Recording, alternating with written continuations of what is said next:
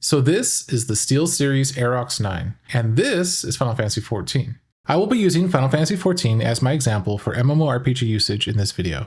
MMORPGs can be very demanding, and this game is no exception. And in this video, I'll be going over what I liked about the mouse, what I didn't like, and what was my ultimate decision on whether to keep it as King of the Mice or send him back to the Amazonians. At the time of this recording, this mouse is priced at $140 which is one of the more expensive mice you can buy. I've been using the SteelSeries Aerox for about a month, and I can provide a detailed overview on its strengths and weaknesses. This gaming mouse is tailored for competitive gamers, especially those for MMORPGs. However, it does have a few critical shortcomings based on my experience.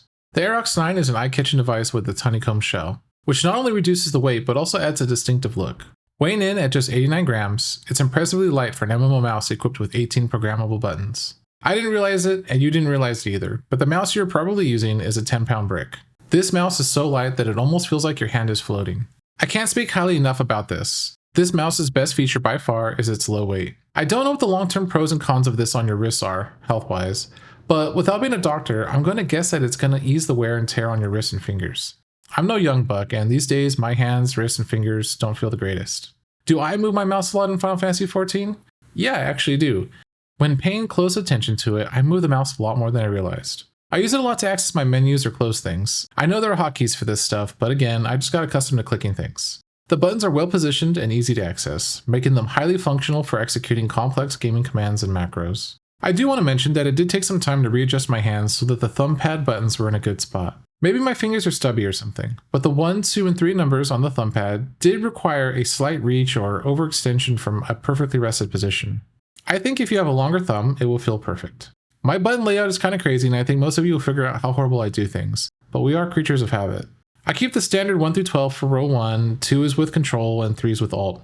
So I more or less program my buttons like so. There isn't much rhyme or reason, I just put buttons there one day and things haven't changed much. I used to only have 6 buttons on my thumb pad with my previous mouse, so this more or less gave me 6 more buttons that I don't have to hit Control with. The RGB Lighting is another major feature, offering customizable zones that can be synchronized with other SteelSeries peripherals. This enhances the visual appearance of any gaming setup, although it does have a significant drawback that I'll cover later. The RGB is nice, but I don't really see the point of RGB mice unless you're looking at your desk when you're not using your computer. Anytime you are actively using the computer or operating the mouse, you can't really see the RGB. Regardless, it's a nice option to have. Equipped with True Move Air Sensor, the Aerox 9 ensures precise tracking and responsiveness. It performs exceptionally well in fast-paced gaming environments with the programmable buttons responding swiftly, which is essential for us MMORPG players. New mice always feel good, and this was no exception. The click had a good response feeling similar to more of a Cherry MX click. For those of you using mechanical keyboards, I hope this made sense. While in comparison, something like the Razer Naga mouse feels more like a Blue MX click. The responsiveness is top-notch. Every movement and click is registered accurately, and the scroll wheel works perfectly, offering a smooth and precise scroll. The wheel feels so good to me. I feel the scroll is sturdier than most and it gives more feedback. With some other mice, it feels like you can get less response and sometimes have more of a give. This one is tight.